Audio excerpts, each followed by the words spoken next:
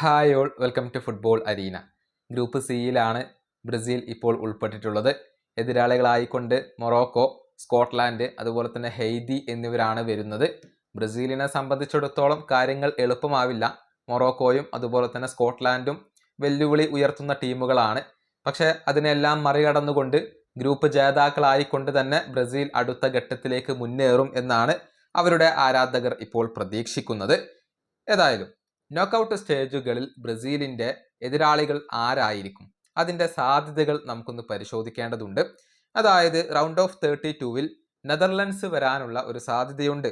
അതല്ലെങ്കിൽ ജപ്പാൻ, അതല്ലെങ്കിൽ ഉക്രൈൻ, അല്ലെങ്കിൽ സ്വീഡൻ, അല്ലെങ്കിൽ പോളണ്ട്, അല്ലെങ്കിൽ അൽബേനിയ.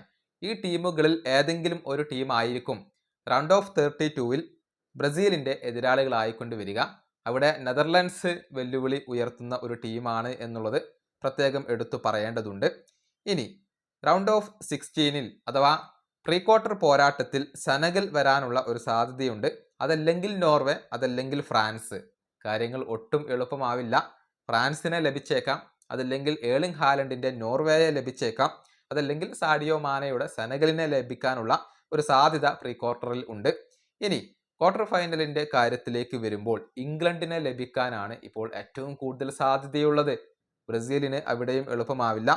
പിന്നീട് സെമി ഫൈനലിൽ അർജന്റീന വരാനുള്ള ഒരു സാധ്യത അവിടെയുണ്ട്. അതല്ലെങ്കിൽ പോർച്ചുഗലിനെ ബ്രസീലിന് നേരിടേണ്ടി വന്നേക്കും. അതായത് ഒന്നുകിൽ മെസ്സിയുടെ ടീമിനെ നേരിടേണ്ടി വന്നേക്കും, അതല്ലെങ്കിൽ ക്രിസ്ത്യാനോ റൊണാൾഡോയുടെ ടീമിനെ നേരിടേണ്ടി വന്നേക്കും. ഇങ്ങനെയാണ് ബ്രസീലിന്റെ ഒരു നോക്കൌട്ട് സാധ്യതകൾ വരുന്നത്.